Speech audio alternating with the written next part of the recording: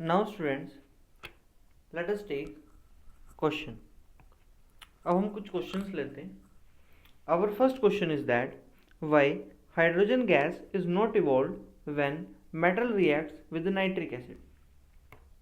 It means जब nitric acid के साथ हाइड्रोजन मेटल रिएक्ट करता है तो हाइड्रोजन गैस इवॉल्व क्यों नहीं होती है? एज वी नो, अगर मेटल रिएक्ट करता है एसिड के साथ, और एसिड भी जिसमें अगर हम एसिड में HCl लें या फिर सल्फ्यूरिक एसिड और H2SO4 लेंगे, देन हमारे पास हाइड्रोजन गैस इवॉल्व होती है। Hydrogen gas is evolve. But in case अगर यही मेटल हमारे नाइट्रिक एसिड और HNO3 के साथ रिएक्ट करता है, तब हमारी हाइड्रोजन गैस इवॉल्व नहीं होती है। इट मीन्स डायरेक्टली ये जो हाइड्रोजन गैस है, due to the strong oxidizing nature of the nitric acid, ये कन्वर्ट हो जाएगी और ऑक्सीडाइज हो जाएगी। किसमें? हमारे पास हाइड्रोजन गैस की ऑक्सीडेशन होगी इनटू वाटर, और जो हमारा नाइट्रिक एसिड है it will reduced to the other compounds, oxides of the nitrogen. So therefore we have nitric acid।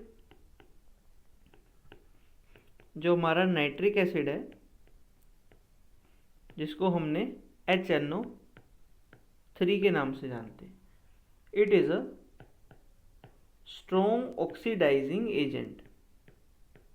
Strong oxidising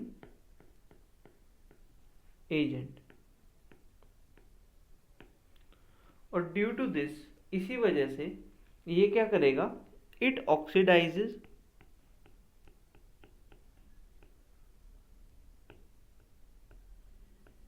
ये ऑक्सीडाइज कर देगा हमारी हाइड्रोजन को इनटू H2O और वाटर।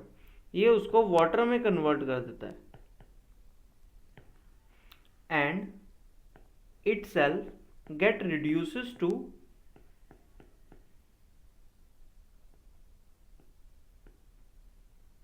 अपने आप रिड्यूस हो जाएगा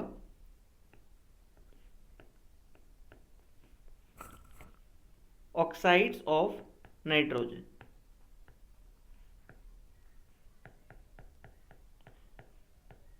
खुद ऑक्साइड्स ऑफ नाइट्रोजन में रिड्यूस हो जाएगा। एंड ये जो ऑक्साइड्स हैं, दीज में बी NO और द N2O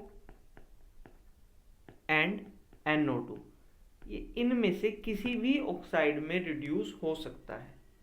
बट जो हमारा main answer of this question है कि हाइड्रोजन गैस की इवोल्यूशन क्यों नहीं होगी, क्योंकि ड्यूरिंग द रिएक्शन जो हाइड्रोजन गैस फॉर्म होगी, तो वो hydrogen gas due to the strong oxidizing nature of a nitric acid will convert directly into the water। उसकी ऑक्सीडेशन होगी और ऑक्सीडेशन होने के बाद वो वाटर में कन्वर्ट हो जाएगी। सो देयरफॉर हमारे पास हाइड्रोजन गैस की इवोल्यूशन नहीं हो पाएगी। Let us take the next question. जो हमारा नेक्स्ट क्वेश्चन है वो क्या है, what is the nature of the metal oxide. It means metal oxides का नेचर क्या होता है। जनरली जब हमने इस चैप्टर में पढ़ा कि जो हमारे मेटल ऑक्साइड्स होते हैं, metal oxides are basic in nature. It means इनका जो नेचर होता है वो बेसिक होता है। और हम इसको कैसे ऑब्जर्व कर सकते हैं कि मेटल ऑक्साइड्स का जो नेचर है it is basic in nature. जैसे व्हेन अगर हमारा मेटल रिएक्ट करता है ऑक्सीजन के साथ, जब भी हमारा मेटल ऑक्सीजन के साथ रिएक्ट करता है, then metal oxide is form. हमारे पास मेटल ऑक्साइड बनता है। और हम इस मेटल ऑक्साइड्स को जब डिसॉल्व करेंगे विद वाटर, इट मीन्स इसकी रिएक्शन जब भी वाटर के साथ करेंगे तो हमारे पास मेटल हाइड्रोक्साइड बनेगा।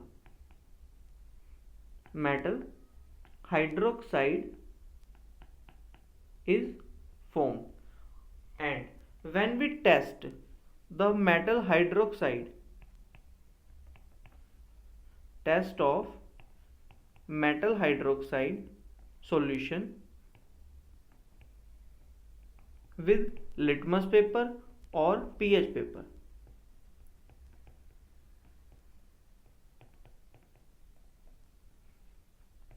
then we get it is basic in nature.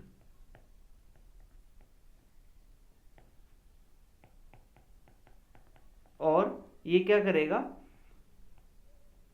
Red litmus को ब्लू में कन्वर्ट कर देगा। और विच शोज दैट कि जो हमारा मेटल ऑक्साइड है और the nature of the metal oxide है, it is basic in nature. इसके लिए अगर हम एग्जाम्पल भी देखें, then we can take the example of a sodium. When a sodium combines with oxygen, we get oxide Na2O।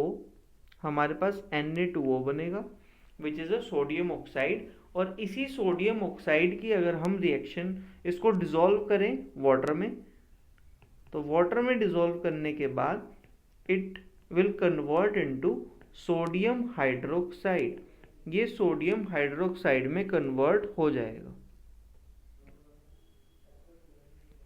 और ये जो सोडियम हाइड्रोक्साइड है, इसको जब हम टेस्ट करेंगे by litmus paper, so litmus test से हमको ये चीज़ क्लियर हो जाएगी, it will convert red litmus to blue.